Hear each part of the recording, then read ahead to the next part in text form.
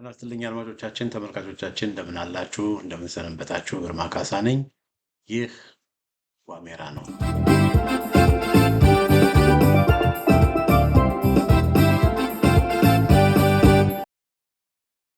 በዛሬው የዋሜራ መርሃ ግብራችን በትግራይ በአማራ ክልል ስለተፈጸመ የጾታ ጥቃቶች ዙሪያ አንዳንድ መረጃዎችን ይዤላችሁ መጥቻለሁኝ።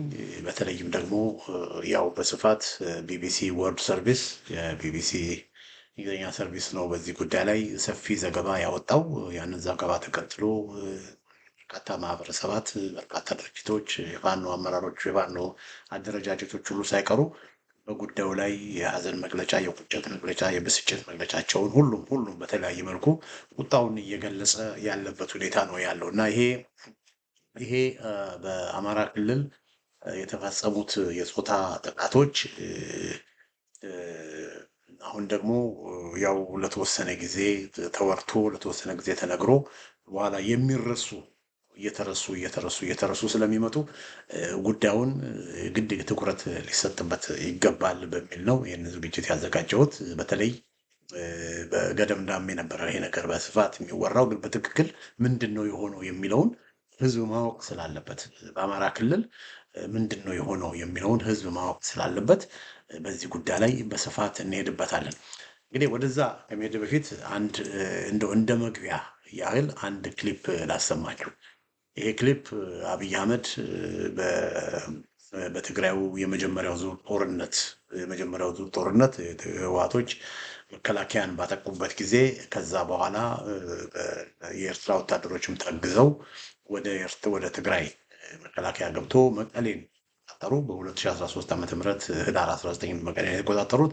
ከዛ በኋላ በትግራይ ክልል ውስጥ ከፍተኛ የሆነ የሰብአዊ መብት ጥሰቶች፣ የሴቶች መደፈር፣ በጣም ከፍተኛ የሆኑ ወንጀሎች በትግራይ ክልል ውስጥ መፈጸማቸውን ሁላችንም የምናውቀው ነው። የዓለም አቀፍ ማህበረሰብ አምነስቲ ኢንተርናሽናል፣ ሂውማን ራይት ዋች እንደዚሁም ደግሞ የተለያየ የዓለም አቀፍ እንደ ሮይተርስ ያሉ የዘገቡት ነው። የኢትዮጵያ ሰብአዊ መብት ኮሚሽንም እንደዚሁ በዚህ ጉዳይ ላይ በስፋት የዘገበው ነው። በጣም በርካታ ሴቶች፣ በርካታ እህቶች፣ በርካታ እናቶች፣ በርካታ ሴት ልጆች ተደፍረዋል እና ይሄ እስካሁን በገለልተኛ አካል እስካሁን ሊጣራ አልቻለም። በትግራይ የተፈጸመው በአማራ ክልልም የተፈጸመው በትግራይ ጦርነት ጊዜ የተፈጸሙ ወንጀሎች በጭና በቆቦ በተለያዩ ቦታዎች በህወሓት ታጣቂዎች የተፈጸሙት፣ በትግራይም ደግሞ በኤርትራ ወታደሮች እና በመከላከያ ሰራዊት አባላት የተፈጸሙት ወንጀሎች እስካሁን ገለልተኛ በሆነ አካል እስካሁን አልተጣሩ። እንዳይጣሩ ደግሞ ያንን ሂደት ብሎክ ያደረገው የአብይ አህመድ መንግስትና ራሳቸው ህወሓቶች ናቸው። እነ ደብረጽዮን እነ ጻድቃን ናቸው። በትግራይ የተፈጸመው ወንጀል እንዳይጣራ ያደረጉት። ለምሳሌ የደቡብ አፍሪካ ስምምነት የሚባለውን ሲፈርሙ እነ ህወሓቶችና እነ ብልጽግናዎች የደቡብ አፍሪካውን ሁኔታ ሲፈርሙ አንዱ መቀመጥ የነበረበት ነገር በትግራይም ሆነ በአማራ ክልል ለተፈጸሙ ወንጀሎች፣ የዘር ማጥፋት ወንጀሎች፣ ጄኖሳይድን በሉ ሌላም በሉ በክራይምስ አጌንስት ሁማኒቲ በሉ ለተፈጠሩት ነገሮች የተባበሩት መንግስታት የሰብአዊ መብት ኮሚሽን ገለልተኛ አጣሪዎችን መድቦ እነዚህ አጣሪዎችም ደግሞ በሁሉም ቦታ ወንጀል ተፈጸመ በተባለበት ቦታ በሙሉ ሄደው እንዲመረምሩ ማድረግ የሚያስችል ፕሮቪዥን የደቡብ አፍሪካ ስምምነት ውስጥ መካተት ነበረበት። ነገር ግን ሁለቱም ማጣራት እንዲደረግ ስላልፈለጉ ይህን ነገር አዳፍነው ሳይጣራ በገለልተኛ አካል ሳይጣራ ነገሩ ተደባብሶ አለቀ። ግን በሺዎች የሚቆጠሩ የትግራይ ሴቶች በአሁኑ ጊዜ ከፍተኛ ስቃይና ከፍተኛ ሰቆቃ ውስጥ ነው ያሉት። እና ያኔ የነበረው ድርጊት ያኔ የተፈጸመው ነገር አጣሪ ኮሚሽን ተደርጎ ገለልተኛ አካል ተመድቦ እንዲጣራና ወንጀለኞች ለፍርድ እንዲቀርቡ ቢደረግ ኖሮ በአማራ ክልል የተፈጠረው ነገር አይፈጠርም ነበር። አድማጮቻችን፣ ተመልካቾቻችን በዚህ አጋጣሚ አንዳንድ ወገኖች በእንደዚህ አይነት ተግባር ላይ ፋኖን ይከሳሉ። ፋኖ አድማጮቼ፣ ተመልካቾቼ በትግራይ ውስጥ ፋኖ የተንቀሳቀሰበት ሁኔታ አልነበረም። ፋኖ የተንቀሳቀሰው በወልቃይት ነው። በወልቃይት ደግሞ ተፈጸመ የተባለው ወንጀል በዋናነት በማይካድራ በህወሓቶች የተፈጸመ ጄኖሳይድ ነው የተፈጸመው። በማይካድራ ህወሓቶች ሳምር የሚባል ቡድን በማይካድራ የፈጸመውን ሁላችንም የምናውቀው ወንጀል፣ የጦር ወንጀል ተፈጸመ ከተባለ በዋናነት በወልቃይት የተፈጸመው በህወሓት ነው። ይሄ በግልጽ ሊታወቅ ይገባል። ከዛ በተረፈ ግን አንዳንድ ከህወሓት ጋር ንክኪ የነበራቸው የተለያዩ በድንጋጤም በፍርሃትም ከፋኖች አንድ ነገር ያደርጉልናል በሚል ከሁመራ አካባቢ በባስ ወደ ትግራይ እንዲመለሱ የተደረጉ አሉ። እንመለስ በሚሉበት ጊዜ እንዲመለሱ ተፈቅዶላቸዋል፣ እንዲመለሱ የተደረጉ አሉ። እሱም ቢሆን በዛን ጊዜ እዛ የነበሩ በወልቃይት የነበሩ ፋኖች እዛ የነበሩ የትግራይ ወገኖችን አፈናቅለዋል ከተባለ ደግሞ እኔ እስከምሰማ ድረስ በወልቃይት በፋኖ ኃይሎችም ሆነ በወልቃይት ታጣቂዎች የተደፈረ እንደዚህ የተደረገ ማንም ሚዲያ ማንም አሌጌሽን እስካሁን አልሰማሁም። የሚወቀሱት ምንድን ነው? በትግራይ የትግራይ ሰዎችን ከወልቃይት እንዲሄዱ አድርገዋል የሚል ክስ ነው የሚቀርበው። አሌጌሽን ነው፣ ክስ ነው የሚቀርበው። ይሄ ክስ በገለልተኛ አካል አልተጣራም፣ አልተረጋገጠም እና በገለልተኛ አካል በወልቃይት የሆነው በሁሉም ቦታ የሆነው በገለልተኛ ኮሚሽን ተቋቁሞ እንዲጣራ ቢደረግ ኖሮ ብዙ ወንጀለኞች ለፍርድ ይቀርቡ ነበር። ፋኖችን መካከልም እንዲያ ነገር ያደረጉ አሉ። ለፍርድ መቅረብ ይኖርባቸዋል። ማንም ከህግ በላይ ስለማይሆን ማለት ነው። ነገር ግን በፋኖ ላይ ፋኖን ወይ ከሻቢያዎች እኩል ፋኖን ከመከላከያ እኩል ፋኖን ከወያኔ እኩል አድርጎ የሚቀርበው ነገር ግን መሰረተ ቢስ የሆነ ወሬ ነው። እኔ ባለኝ መረጃ ባለኝ ኢንፎርሜሽን አንደኛ በትግራይ ፋኖ የለም፣ ፋኖ አልተንቀሳቀስም። በትግራይ በወልቃይት ነው ፋኖ የተንቀሳቀሰው። በወልቃይት ደግሞ የተፈጸመ ግፍና በደል በዋናነት ትልቁ የማይካድራው ግፍና በደል ነው እና ሆኖም ግን በትግራይ እጅግ በጣም ብዙ ሺህ የሚቆጠሩ ሴቶች፣ እናቶች፣ ሴት ልጆች በኤርትራ ወታደሮች እንደዚሁም በመከላከያ ሰራዊት አባላት ተደፍረዋል። በራሳቸውም ደግሞ በህዋቶችም የተደፈሩም ደግሞ አሉ እና ከፍተኛ የሆነ የጾታ ጥቃት ተፈጽሞ በጣም በጣም የሚያሳዝን የሚያሳፍር እና ያ እንዲታረም ባለመደረጉ ያ በሚሆንበት ጊዜ መስተካከል እንዲኖር ባለመደረጉ በአማራ ክልል የሆነ ያለውን ነገር አይተናል እና በዛ ወቅት ይሄ ነገር ሴቶች ተደፍረዋል በሚባልበት ጊዜ በሴቶች ላይ የጾታ ጥቃት ተፈጽሟል በሚባልበት ጊዜ የብልጽግና አገዛዝ መሪው አብይ አህመድ የተናገረውን እናዳምጥ። ሰሜን ህዝብ አልተጠቀም፣ ተዋረደ። ሴቶች እኮ አሁን በወንድ የተደፈሩት የእኛ ወታደሮች ግን በሳንጃ ተደፍረዋል። ስለነሱ የሚያነሳ ሰው የለም በየከተማው። ኦኬ እንግዲህ ይሄ ምንድን ነው የሚለው? ይሄ በፓርላማ በአደባባይ የተናገረው ነገር ነው። የሴቶች ላይ የጾታ ጥቃት ተፈጽመዋል፣ ሴቶች ተደፍረዋል በሚባልበት ጊዜ ሀዘኔታ እንኳን አልተሰማውም። ይሄ ሰውዬ ሀዘኔታ እንኳን አልተሰማውም።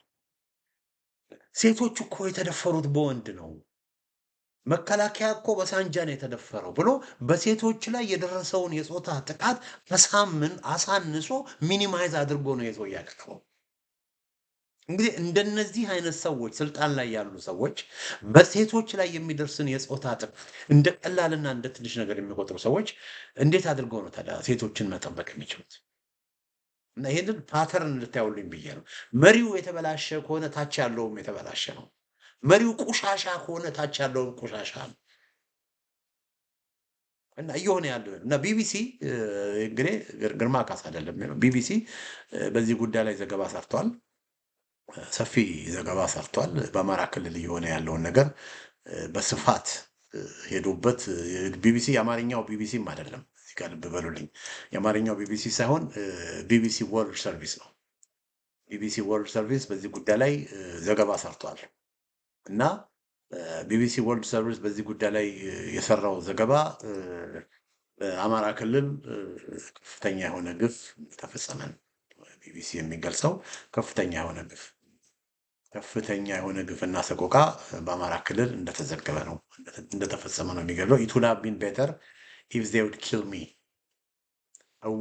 a forgotten war destroying women's life በሚል ርዕስ ነው እንግዲህ ቢቢሲ በዚህ ጉዳይ ላይ የዘገበው እና ቢቢሲ በዚህ ጉዳይ ላይ ባደረገው ሁለት ሴቶችን እንደ ዋቢ እንደ ምሳሌ አድርጎ የሁለቱን ሴቶች ምስክርነት ያስቀምጣል እና አንደኛዋ ሴት እናት ትባላለች።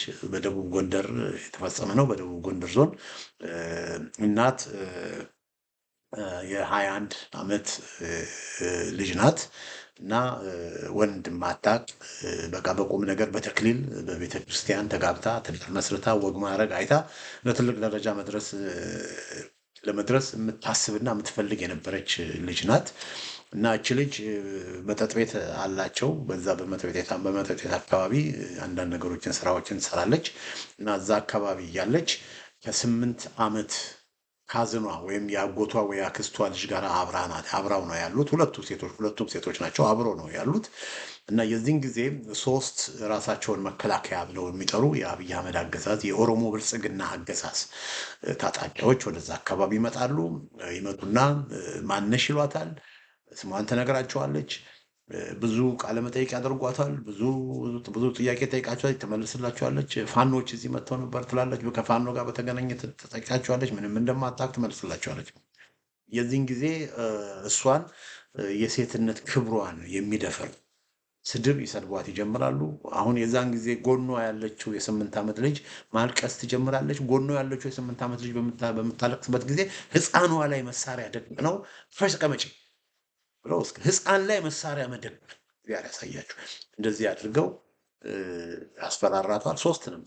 ሶስት ነበሩ። በደቡብ ጎንደር ዞን የሆነ ነው ይሄ። ወደ ጥር 2017 ዓመተ ምህረት ነው። ከ10 ወር በፊት የሆነ ነው።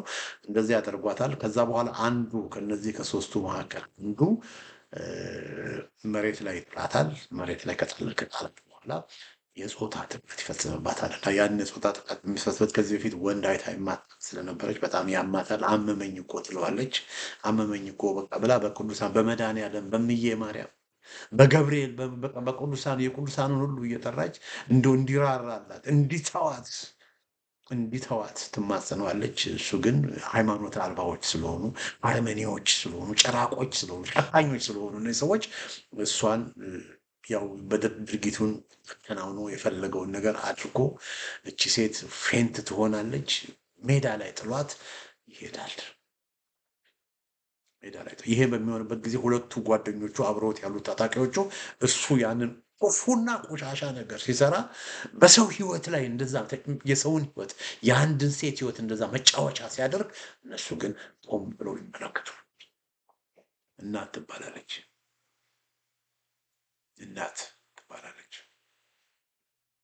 ህፃን ልጅ እያየ የ8 ዓመት ልጅ እያየ ይህንን ድርጊት ፈጽመዋል። እነዚህ ይህንን የሚያደርጉት እንግዲህ ራሳቸውን መከላከያ ብለው የሚጠሩ ህግን እናስከብራለን፣ ፍትህን እናስከብራለን ብለው የሚጠሩ ለሀገርና ለህዝብ ቆመናል ብለው የሚሉ ታጣቂዎች ናቸው።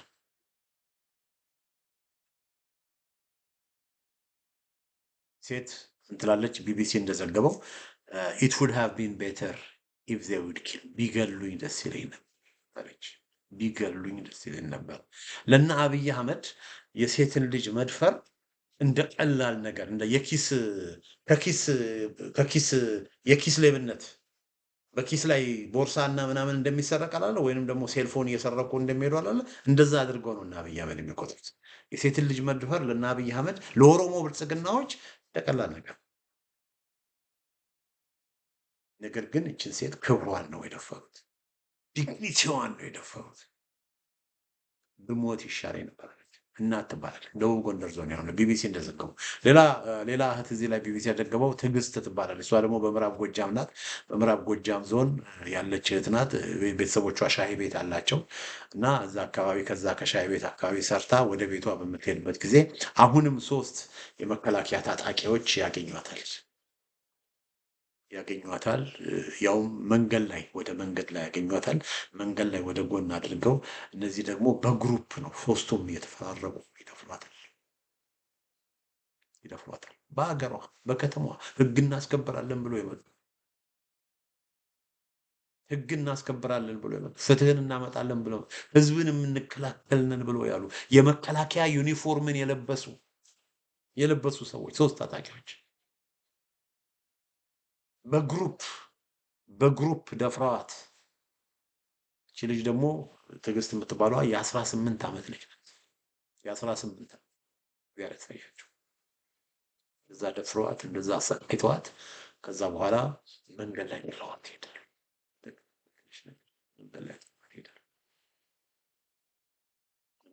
ይሄዳሉ። ከዛ በኋላ ራሷን ስታ ቤተሰቦቿ ሲያገኟት በቃ ከዛ በኋላ እቺ ልጅ እስካሁን ድረስ ልማቶቻችን ተመልከቱ። ቢቢሲን ዘገባ እስከፈጸመበት ድረስ ከቤቷ አትወጣም። በቃ ከቤቷ መውጣት ትፈራለች። ካሏን ሰውነቷን ብቻ አይደለም አይምሮዋን፣ ስነልቦናዋን ሳይኮሎጂካሊ ነው የጎዳት። እንዲህ አይነት ወንጀል የፈጸሙባታል 3 የመከላከያ ሰራዊት ታጣቂዎች። አድማጮቼ መቼም በየቦታው ቤትም ሀገር ነፍሰ ገዳዮች ይኖራሉ። ሴትን የሚደፍሩ ነው። አሜሪካን ሀገር ሄዱ፣ የትም ሀገር ብትሄዱ በቃ በስንዴ መካከል እንክርዳድ እንደሚኖረው ሁሉም ማህበረሰብ ጋራ የትም ሄዱ ሴት የሚደፍሩ ጨካኞችና አረመኔዎች አሉ። እነዛም በህግ ይቀጣሉ። አሁን እያየን ያለነው ግን ወገኖቼ ተቋማዊ የሆነ ስርዓታዊ የሆነ ሆን ተብሎ የጾታ ጥቃትን እንደ አንድ ትልቅ መሳሪያ አድርጎ የመጠቀም ነገር ነው ያለው። በጥቅሉ በትግራይ እንዳደረጉት የትግራይን ማህበረሰብ ህሊና እንደሰበሩት የትግራይ ማህበረሰብን እንዳንቆጣቆጡት እነኛ እያስራቡ በድሮን እየቀጠቀጡ መብራት፣ አገልግሎት፣ መድኃኒት እንዳያገኝ አድርገው በትግራይ ማህበረሰብ ላይ የፈጸሙትን በአማራ ማህበረሰብ ላይ እንደዚሁ ህዝብን የማጥፋት የህዝብን ክብር የማዋረድ በቃ በጭካኔያቸው በአረመኔነታቸው ተፈርተው እንዲኖሩ የማድረግ ስራ ነው እየሰሩ ያሉት እና ይሄ ኢትስ ፓተርን ባህሪ ነው። በተናጥል አንድ ወይ ሁለት የሶስት የመከላከያ ሰራዊት አባላት ክፉ የመከላከያ ሰራዊት እንደሚያደርጉ አይደለም። አሁን ባለበት ሁኔታ ድሬዳዋ ብትሄዱ፣ አርባ ምንጭ ብትሄዱ፣ ወለጋ ብትሄዱ፣ የትም ሀገር ብትሄዱ፣ ዱባይ ብትሄዱ፣ ፓሪስ ብትሄዱ፣ ለንደን ብትሄዱ በሬፕ የሚያዙ ሰዎች አሉ። ሬፕ የሚያደርጉ ሴቶችን የሚደፍሩ አረመኔዎች አሉ። ሲሪያል ኪለሮች አሉ። የአሜሪካን ሀገር ሴት በመድፈር የታሰሩ ብዙ ናቸው።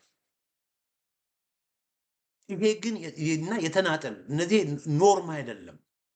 አልፎ አልፎ ነው እንደዚህ አይነት ነገር የሚታየው። አልፎ አልፎ ነው። አልፎ አልፎ በሚታይበት ጊዜ ደግሞ በህግ ተጠያቂ ይሆናሉ፣ ለህግ ይቀርባሉ እነዚህ ሰዎች። ኢትዮጵያ ውስጥ ግን እየሆነ ያለው አልፎ አልፎ አይደለም ወገኖች፣ የተለመደና ፓተርን ሆኗል። እና የመከላከያ ሰራዊት ይመስለኛል ሲሰለጥኑ አንዱ የአማራ ሴቶችን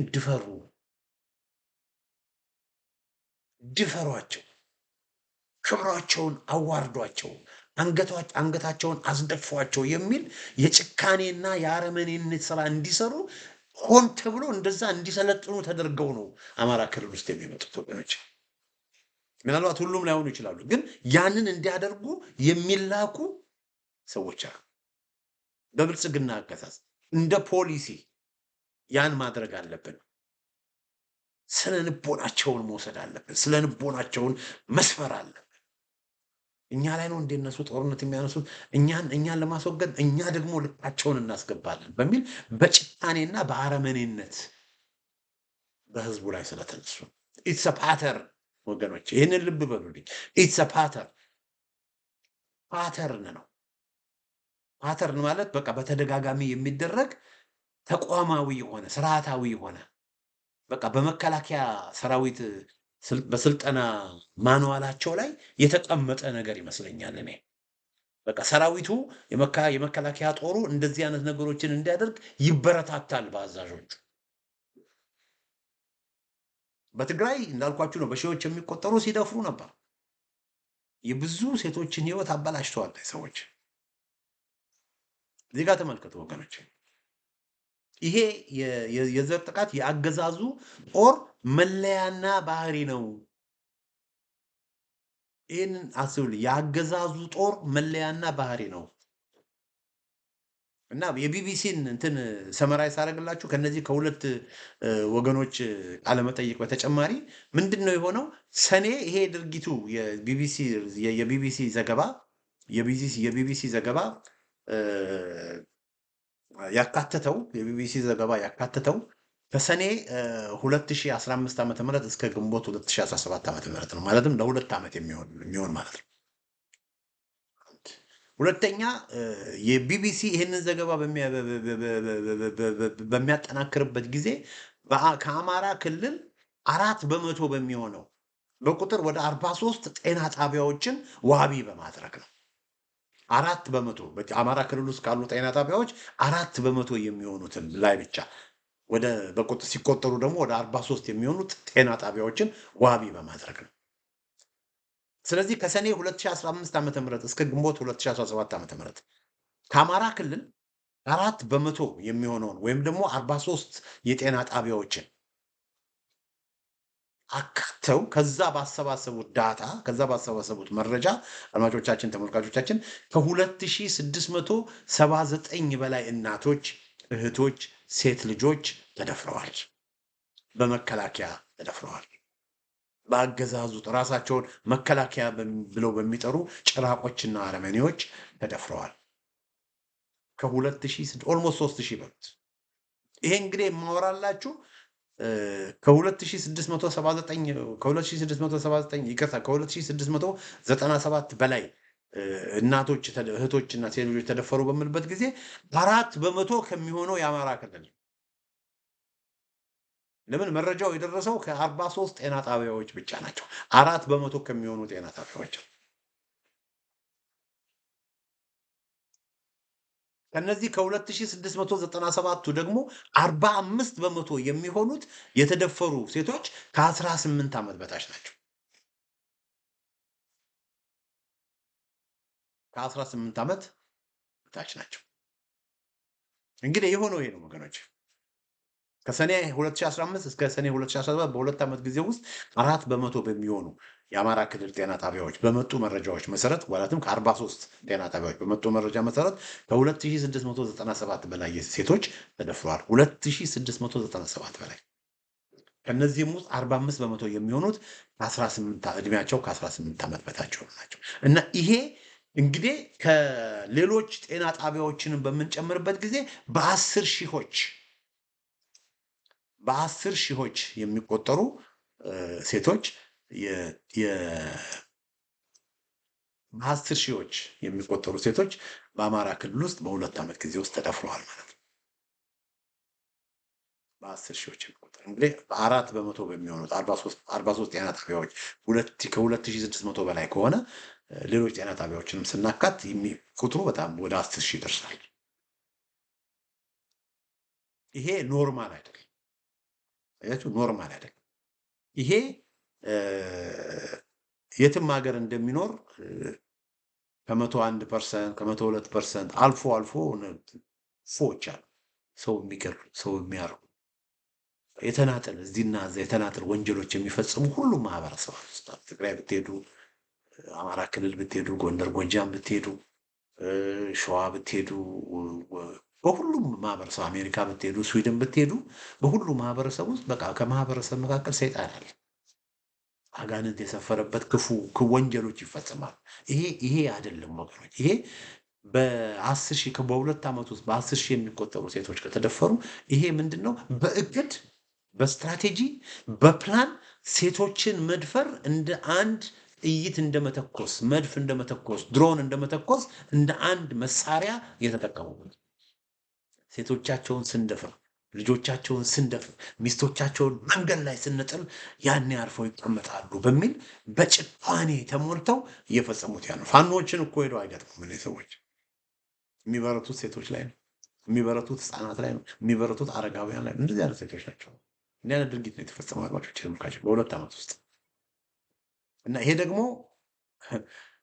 ታች ያለው ሰራዊቱ እንዲህ አይነት ነገር የሚያደርገው ለምንድን ነው? እላይ ያለው አመራሩ ለሴቶች ጥቃት ለጾታ ጥቃት ደንታ ስለሌለው እንደውም እንደዚህ አይነት ጥቃቶች እንዲፈጸም የሚያበረታታ በውስጥ በሰርኩላር የሚያበረታታ ስለሆነ ለምን ብትሉኝ ከፈረሱ አፍ እንደገና አዳምጡት። ሰውየው ሰሜን እዝ እኮ አልተጠቃም፣ ተዋረደ። ሴቶች እኮ አሁን በወንድ የተደፈሩት የኛ ወታደሮች ግን በሳንጃ ተደፍረዋል። ስለነሱ የሚያነሳ ሰው የለም በየከተማው። ይሄ ነው እንግዲህ አድማጮቼ፣ ተመልካቾቼ እንግዲህ ይሄ ፓተርን በዚህ መልኩ የአብይ አህመድ አገዛዝ እንዳለ መከላከያ እንደዚህ አይነት ወንጀሎችን በአማራ ክልል ላይ እየፈጸመ ነው፣ በሴቶች ላይ እየፈጸመ ነው። እንግዲህ ትልቁ ጥያቄ ማንሳት የምፈልገው ትልቁ ጥያቄ እንግዲህ ለዚህ ሁሉ ተጠያቂው ማን ነው የሚለው ነው። ለዚህ ሁሉ ተጠያቂው ማን ነው? እነዚህ ሰዎች በትግራይ ያደረጉትን አይታል። ከዛም በፊት ጀዋር ተከበብኩ ያለ ጊዜ፣ ጫሉ በሞተ ጊዜ፣ በወለጋ በመተከል ላለፉት 8 ዓመታት ሲገሉ፣ ሲያፈናቅሉ፣ ሲያርዱ፣ የሴቶችን ማህፀን ሲቆርጡ፣ ሴቶችን ሲደፍሩ፣ ስንት ወንጀል ሲፈጽሙ የነበሩ ሰዎች ናቸው። እነዚህ ሰዎች በቃ ባህሪያቸው ነው። አጋንንት የሰፈረባቸው ሰዎች ናቸው። ሰይጣን የሰፈረባቸው ሰዎች ናቸው። የኢሬቻ መንፈስ ነው እዚህ ያለው ወገኖች። የኢሬቻ መንፈስ ደግሞ የጥላቻ መንፈስ ነው። የጥላቻ መንፈስ ለሰብአዊነት ደንታ የላቸው፣ ለሰብአዊነት ሀዘኔታ የላቸው። ከምንም ነገር በላይ ደግሞ የጎንደርን የጎጃምን የአማራውን ማህበረሰብ በጣም ነው የሚጠሉት። የአማራው ማህበረሰብ አንገቱን እንዲደፋ ነው የሚፈልጉት። የአማራ ሴቶች ልጅ እንዳይወልዱ ነው የሚፈልጉት። ነፍሰ ጡር ሴት እኮ የቀደዱ ሆዷን የቀደዱ እኮ ናቸው። የሚወለደው ልጅ አማራ ይሆናል ብለው ሆዷን የቀደዱ ሰዎች ናቸው እነዚህ ሰዎች። ስለዚህ የጎንደር የጎጃም የአማራ ሴቶች እንዳይወልዱ በሺዎች የሚቆጠሩትን የአእምሮ በሽተኛ እንዲሆኑ፣ የስነ ልቦና በሽተኛ እንዲሆኑ ጭካኔ በተሞላበት መንገድ እየደፈሩ ማህበረሰቡን የመግደል ማህበረሰቡን አንገት የማስደፋት ስራ ነው። እነሱ ዓላማቸውንና ስራቸውን ነው እየፈጸሙ ያለ። ክፉ ናቸው። ክፋትን መፈጸም ነው የሚፈልጉት። ክፋትን መፈጸም፣ ጭካኔን መፈጸም፣ አረመኔ መሆን ተግባራቸው ነው፣ ዓላማቸው ነው፣ ተልቋቸው ነው። እሱ የተላኩበትን ዓላማ ነው እየፈጸሙ ያሉት። የተላኩለትን ዓላማ የሰለጠኑበትን ስራ ነው እየሰሩ ያሉት። በ10 ሺህ የሚቆጠሩ ሴቶችን በአማራ ክልል በጎንደር፣ ጎጃም፣ በወሎ፣ በሸዋ ሲደፍሩ ያንን እንዲያደርጉ ነው የታዘዙት። ባለቆቻቸው የታዘዙት እንዲያደርጉ፣ ያንን በማድረጋቸው ሽልማት ያገኛሉ። እነሱ እንደዛ ናቸው። የእነሱን ማንነት ጥያቄው ግን እነሱ እንደዛ መሆናቸውን እንዴት ሌሎቻችን አውቀንና ተገንዝበን የእነሱን ያህል እንዴት መጨከን ያቅተናል? እነሱን ለማስቆም፣ እነሱን ለማስወገድ፣ እነሱን በቃ በኢትዮጵያ ውስጥ ምንም አይነት ቦታ እንዳይኖራቸው የማድረግ ስራ ግን ብዙዎቻችን እንደሚገባው ይሰራ። እነሱ በዚህ ልክ ክፋታቸውን ሲፈጽሙ በህዝብ ላይ በዚህ ልክ ህዝቡን እንደዚህ ሲያሰቃዩ አስቡት። ሴት ልጆች ያላችሁ ወገኖች አስቡት፣ ሚስቶቻችሁን አስቡ። በዚህ ልክ እነዚህ ሰዎች እንደዚህ ወገኖቻችንን እህቶቻችንን እንደዚህ ሲያሰቃዩ ይሄን አይነት ተግባር ለመስራት በዚህ ልክ እነሱ ከጨከኑ እኛ እነሱን ለማስወገድ እነሱን ለማስቆም ግን እንዴት የበለጠ አምረርን እንዴት መጨከን ያቅተናል?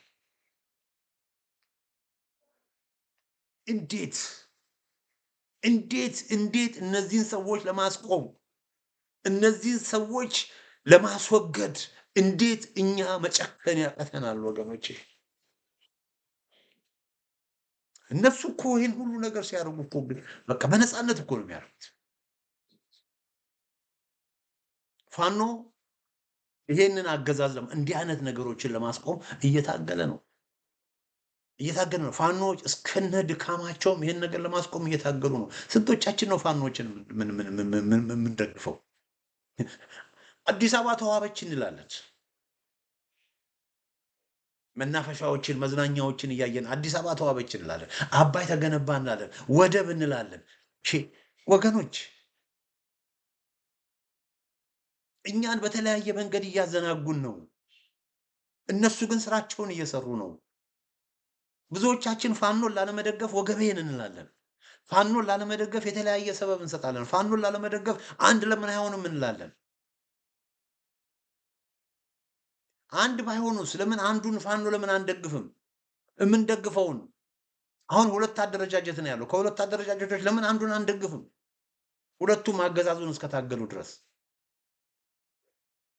አንድ ካልሆኑ አንደግፍም፣ እንደዚህ ካልሆኑ አንደግፍም፣ እንደዚህ ካልሆኑ አንደግፍም። ብዙዎቻችን ወገብ ከአገዛዙ ጋር በትጥቅ ትግል እየተፋለመ ያለን ኃይል መደገፍ ካልቻል አገዛዙ እየገደለ እያረደ ሴቶችን እየደፈረ ይቀጥል እንደማለት ነው። ከአገዛዙ ጋር መስማማት። ስለዚህ ብዙዎቻችን አልጨከንም ወገኖቼ። እነዚህን ሰዎች ለማስቆም ብዙዎቻችን አልጨከንም። ብዙዎቻችን አሁንም ይሄንን ክፉና አረመኔ አገዛዝ እያባበልን ነው። ብልጭልጭ ነገር እያየን ውጫዊ ነገር እያየን በጥቅም ተገዝተን ተታለን እነዚህ ሰዎች ላይላዩን የሚናገሩትን ጥሩ ይሄ በቃ ጥሩ ንግግሮችን እየሰማን አሁንም ያልጨከን ብዙ ሰዎች አለን። ነገር ግን መጨከን ያስፈልጋል። ፋኖ መሆን ያስፈልጋል። ፋኖች ችግሮች ካላቸው ችግሮቻቸውን እንዲፈቱ፣ ክፍተቶች ካላቸው ክፍተቶቻቸውን እንዲሞሉ ማስተካከል ያለባቸው ነገር ካለ እንዲያስተካከሉ እያገዝን እየረዳን እኛው ራሳችን ፋኖ ሆነን ይሄንን ክፉና አረመኔ አገዛዝ ማስወገድ አለብን። መጨከን አለብን ወገኖች። ሁለተኛ የፋኖ አመራሮች ጎንደር ያላችሁ፣ ሸዋ ያላችሁ የፋኖ አመራሮች እርግጥ አሁን ከብዙ ጊዜ በኋላ ጎንደርም ሸዋም ጥሩ መንፈስ አለ እና አሁንም ጎንደር ያላችሁ፣ ሸዋ ያላችሁ እንዲሁም ሌሎች የፋኖ አመራሮች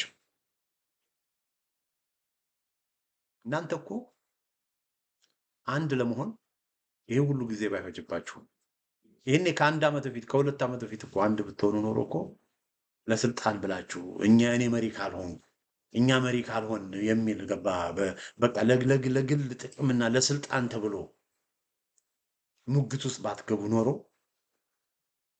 አንዳንድ ቦታም እርስ በርስ ወደ መተኳኮስ ባትሄዱ ኖሮ እኮ አገዛዙ አሁን እያደረገ ያለውን ነገር እኮ ያደርግም ነበር። ስለዚህ የፋኖ አመራሮችም በ10 ሺህ የሚቆጠሩ ሴቶች መደፈር በተወሰነ መልኩ ኃላፊነትን መውሰድ አለባቸው። የእናንተ አንድ አለመሆን፣ የእናንተ በአንድ ላይ አለመነሳት ኃላፊነት መውሰድ አለባቸው። ብዙዎቻችን በተለይ የዋሜራ ሚዲያ ለዚህ ነው ይሄን አገዛዝ ሊያስቆም የሚችለው ፋኖ እንደሆነ ስለምናል፣ ይሄን አገዛዝ ካልቆመ ደግሞ በህዝቡ ላይ የሚደርሰው ስቃይና መከራ እንደማይቆም ስለምናል፣ ይሄንን አገዛዝ ለማስቆም ፋኖን የግድ ማጠናከር አለበት በሚል ፋኖ የግድ አንድ መሆን አለበት በሚል ከብዙ የፋኖ አመራሮች ጋራ አንገት ለአንገት ተያይዘን በሜዳ ሙግት የምንፈጽለው ጫና የምንፈጥርባቸው የነበረው በዚህ ምክንያት እናንተ አንድ ካለመሆናችሁ የተነሳ እናንተ እርስ በርስ እየተታኮሳችሁ ይኸው ህዝቡ በዚህ መልኩ ስቃዩና የህዝቡ ስቃይና መከራ እየበዛ ነው፣ ኃላፊነቱ እናንተ ናችሁ ብሎ በጣም ጠንካራ ትችቶችን በፋኖ መሪዎች ላይ ያቀርበናል። እናንተ ለስልጣን ብላችሁ መሪ ካልሆን ብላችሁ ጠንካራ ትችቶችን ጠንካራ ተቃውሞችን ይሆናል። እናንተ አንድ ካለመሆናችሁ የተነሳ አገዛዙ እንደ ልቡ በአማራ ክልል እየፈነጨ ነው፣ ህዝቡን በዚህ መልኩ እየጨፈጨፈ ነው። ስለዚህ የህዝቡን መከራ የምታራዝሙት እናንተ ናችሁ ብለን ሞግተናቸዋል። አሁንም በደቡብ ጎንደር የተደፈረችው እህታችን ለእናት ስትሉ በምዕራብ ጎንጃም በ3 ታጣቂዎች በጭካኔ መንገድ ዳር ተደፍታ የትም የተጣለችዋል ትዕግስት ልጃችን በሺዎች የሚቆጠሩ ሪፖርተር 4% ከጤና ጣቢያዎች የመጣውን ወደ 43 ጤና ጣቢያዎች ነው፣ ግን በ10 ሺዎች የሚቆጠሩ የተደፈሩ ሴቶችን በማሰብ እንደው ከዚህ በኋላ እህቶቻችንን፣ ሴት ልጆቻችንን፣ እናቶቻችንን ለማዳን ቢያንስ ይሄ እንኳ ቆርቆሯችሁ፣ ይሄ እንኳ ውስጣችሁን በልቶ አንድ ሆናችሁ ይህንን ክፉና አረመኔ አገዛዝ የምታስወግዱበትን መንገድ መጀመር አለባችሁ እላለሁ። ይብቃ። እናንተ አንድነት እያላችሁ አንድ መሆን አቅቷችሁ 2 ዓመት 3 ዓመት ሲፈጅ በ2 በ3 ዓመት ውስጥ እየሆነ ያለው ነገር ይሄ ነው።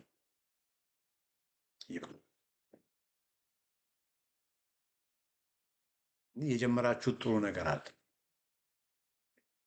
በጎንደር ውይይቶች እርቅን መስረታችሁ ንግግሮች ጀምራችኋል። በምንም ታምር አንድ ሳትሆኑ እንዳትለያዩ።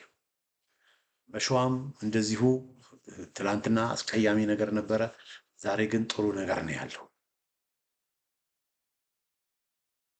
በይቅርታ መንፈስ፣ አዲስ መንፈስ አንድ ሆናችሁ ተስማምታችሁ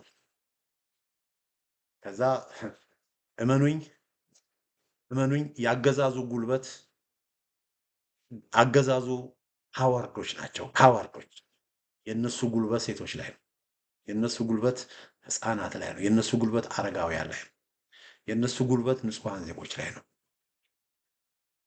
ከዛ በኋላ ለቃቅማችሁ እኔ ልንገራችሁ፣ ጎንደር፣ ጎጃም፣ ወሎ፣ ሸዋ ሙሉ ለሙሉ አገዛዙን ጠራርጋችሁ አዲስ አበባ ሳይቀር አገዛዙን ተሰቁልታላችሁ። ከዛ ህዝቡ እፎይ እነ ትዕግስትም እናትም ቤታቸው ተቆልፎባቸው አይገኙም።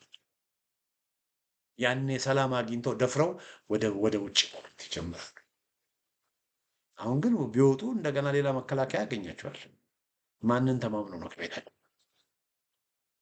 ስለዚህ በዚህ ጉዳይ ላይ ፋኖችም ኃላፊነት መውሰድ አለባቸው። በአስቸኳይ ይህንን የህዝብ ሰቆቃና የህዝብ ስቃይ ለማስቆም ይሄ ክፉና አረመኔ አገዛዝ መወገድ ስላለበት የድርሻቸው መወጣት አለባቸው። እንግዲህ ይሄ እኛ የምናደርገው ነገር ነው። እነሱማ እነሱ ናቸው። እነሱማ እነሱ አሳይተውናል ሰይጣንነታቸውን፣ አረመኔነታቸውን አሳይተውናል።